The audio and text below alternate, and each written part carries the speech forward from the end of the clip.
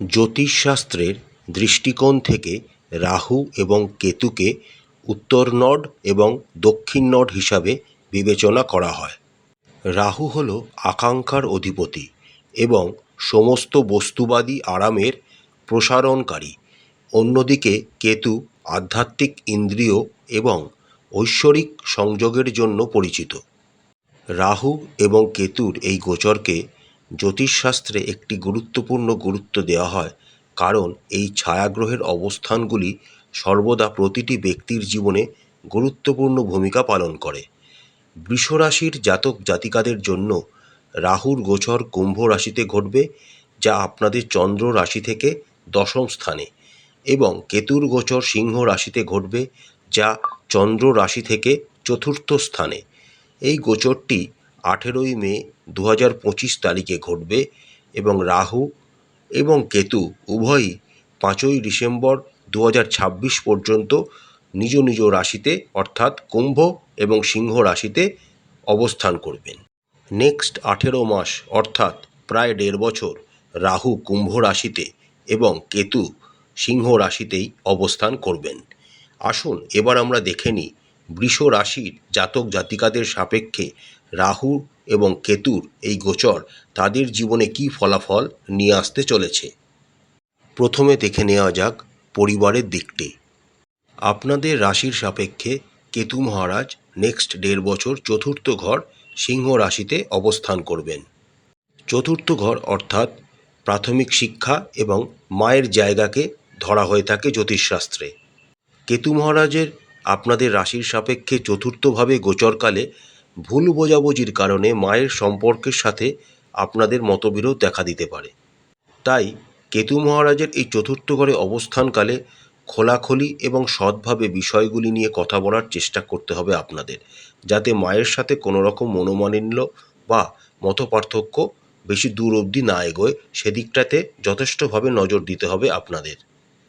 এই সময়কালে আশাবাদী থাকা আপনাদের জন্য খুবই গুরুত্বপূর্ণ ভূমিকা পালন করবে। এমনকি যখন সব কিছু পরিকল্পনা অনুযায়ী ঠিকভাবে নাও যায়, তখনও নমনীয় থাকতে হবে আপনাদের। এবং বিশেষ করে আপনারা যারা বিবাহিত, তাদের জন্য এই সময়টি খুবই ইম্পর্টেন্ট, কারণ তাদের সাথে আপনাদের কিন্তু সম্পর্ক যাতে ভালো থাকে সেদিকটাতেও আপনাদের নজর দিতে হবে। আগামী 1.5 বছর আপনাদের সব বিষয়ে ইতিবাচক থাকতে হবে এবং আপোস করতে ইচ্ছুক থাকা মতামতের পার্থক্য কাটিয়ে উঠতে সাহায্য করতে পারে এবং একটি শক্তিশালী সম্পর্ক আপনাদের পরিবারে গড়ে তুলতে পারে। সেই দিকটাতে আপনাদের নজর দিতে হবে। রাহুর এবং কেতুর এই গোচর বৃষ রাশির জাতক জাতিকাদের বাবার সাথে সম্পর্ক আরও মধুর করে তুলবে এবং যে সমস্ত বৃষ রাশির জাতক জাতিকাদের ভাই বোন, দাদা দিদি ইত্যাদি রয়েছে, তাদের মধ্যে সম্পর্কের গতিশীলতা আরও বেশি বৃদ্ধি পাবে এবং আপনাদের সম্পর্ক মধুরতার দিকে এগিয়ে যাবে। স্বাস্থ্যের বিষয়ে কথা বললে, রাহু ও কেতুর এই গোচরকালে আপনাদের সামগ্রিক স্বাস্থ্যের ক্ষেত্রে ইতিবাচক উন্নতি নিয়ে আসতে চলেছে। দীর্ঘস্থায়ী স্বাস্থ্যগত উদ্বেগের সমাধান খুঁজে পাওয়া যেতে পারে এই সময়কালে, যার ফলে আপনাদের সুস্বাস্থ্য পুনরুদ্ধারের সময়ের জন্যেও এটি একটি আদর্শ সময় হতে যাচ্ছে। রাহু এবং কেতুর এই গোচরকালে আপনারা আপনাদের স্বাস্থ্যের উপর মনোযোগ দেওয়ার জন্য আরও বেশি অনুপ্রাণিত বোধ করবেন, যার ফলে আপনাদের ফিটনেস আরও সুন্দর হয়ে উঠতে দেখতে পাবেন। তবে অতিরিক্ত কাজের চাপের কারণে অবাঞ্ছিত কিছু মানসিক চাপের সম্মুখীন হওয়ার সম্ভাবনা কিন্তু রয়েছে। এই সময়কালে যোগব্যায়াম এবং ধ্যানের মতো অনুশীলনগুলি আপনাদের জন্য বিশেষভাবে উপকারী হতে পারে, যা আপনাদেরকে শান্ত এবং সুস্থতার অনুভূতি আপনাদের জীবনে বৃদ্ধি করতে পারে।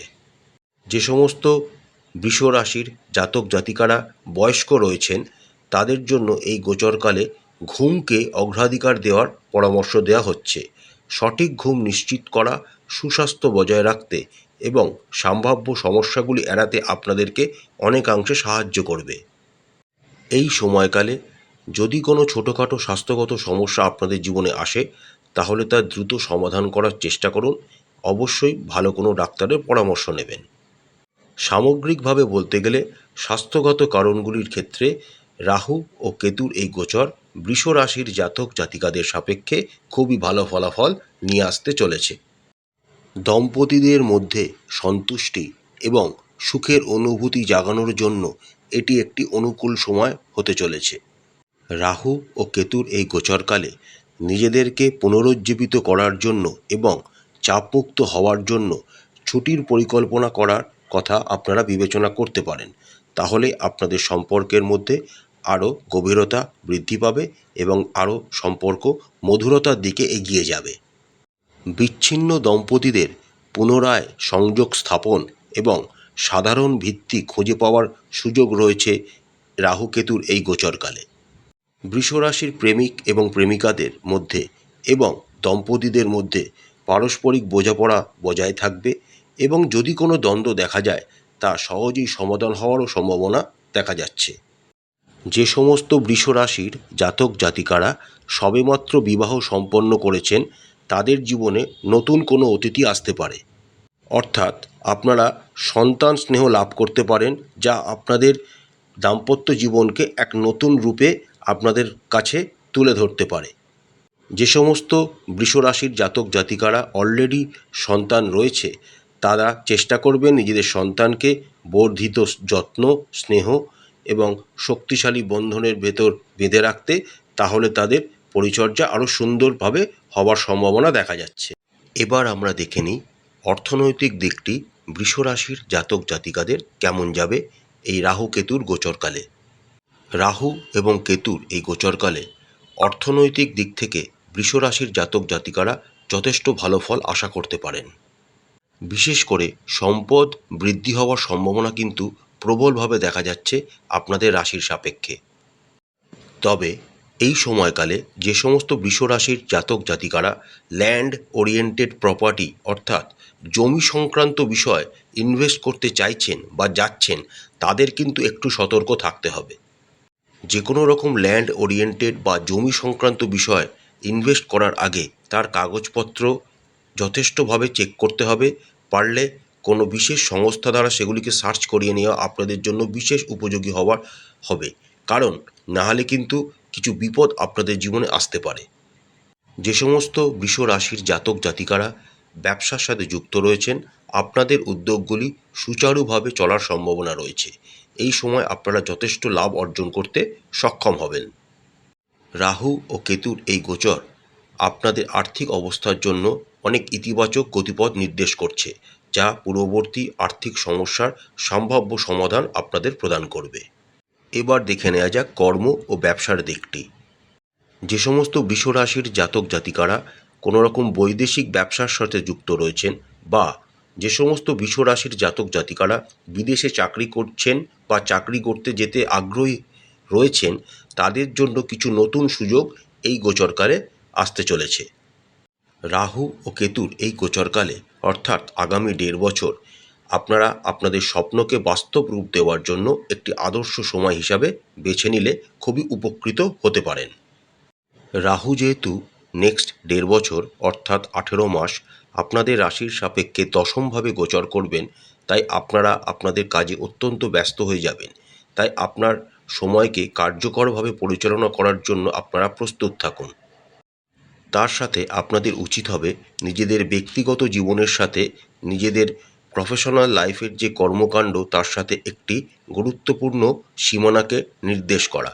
এতে আপনাদের শরীর স্বাস্থ্য, মন মানসিকতা এবং পারিবারিক জীবন এবং কর্মজীবন উভয়ই ভালো থাকবে। এই সময়কালে আপনাদের পেশাগত এবং ব্যক্তিগত উভয় জীবনে সাফল্য নিশ্চিত করার জন্য ভারসাম্যকে অগ্রাধিকার দেওয়া অত্যন্ত বাঞ্ছনীয়। যে সমস্ত জাতক জাতিকারা ইন্স্যুরেন্সের সাথে যুক্ত রয়েছেন তাদের রাহু কেতুর এই গোচরে অসামান্য একটি শ্রীবৃদ্ধি এবং উন্নতি পরিলক্ষিত হচ্ছে। আপনারা আপনাদের চাকরি জীবনে বিশেষ করে যারা ইন্স্যুরেন্স বা মেডিক্লেম সেক্টরের সাথে যুক্ত রয়েছেন তাদের ভূয়সী সাফল্য আগামী 1.5 বছরে হতে চলেছে। যে সমস্ত বৃষ রাশির জাতক জাতিকারা শিক্ষার্থী রয়েছেন রাহু কেতুর এই গোচরকালে তাদের শিক্ষার ধারণাগুলি সহজেই উপলব্ধি করার এবং তাদের পড়াশোনায় দক্ষতা অর্জনের জন্য একটি দুর্দান্ত সুযোগ নিয়ে আসতে চলেছে। প্রতিযোগিতামূলক পরীক্ষায় উত্তীর্ণ হওয়ার লক্ষ্যে থাকা শিক্ষার্থীদের জন্য মনোযোগী, নিষ্ঠা গুরুত্বপূর্ণ ভূমিকা তাদের জীবনে পালন করবে। যে সমস্ত শিক্ষার্থীরা বিদেশে গিয়ে শিক্ষা গ্রহণের কথা ভাবছেন, তারা এই সময়টিকে বিশেষভাবে কাজে লাগাবেন, তাহলে আপনাদের উন্নতি হবে। শিক্ষার সুযোগগুলি অন্বেষণ করার জন্য এবং আপনার পূর্ণ সম্ভাবনা অর্জনের জন্য এই সময়ের সর্বাধিক ব্যবহার করলে আপনারা অনেকাংশে উপকৃত হবেন। গবেষণা প্রকল্পে জড়িত শিক্ষার্থীরা আরও সাফল্য দেখতে পারেন এবং তাদের দৃষ্টিভঙ্গির ক্ষেত্রে উচ্চতায় পৌঁছানোর সম্ভাবনাও রয়েছে। প্রতিকারস্বরূপ বৃষরাশির জাতক জাতিকারা রাহুদেবের বীজ মন্ত্র প্রত্যেক দিন 108 বার করে জপ করবেন। দেবাদিদেব মহাদেবের পূজা করবেন এবং রুদ্রাভিষেক করবেন।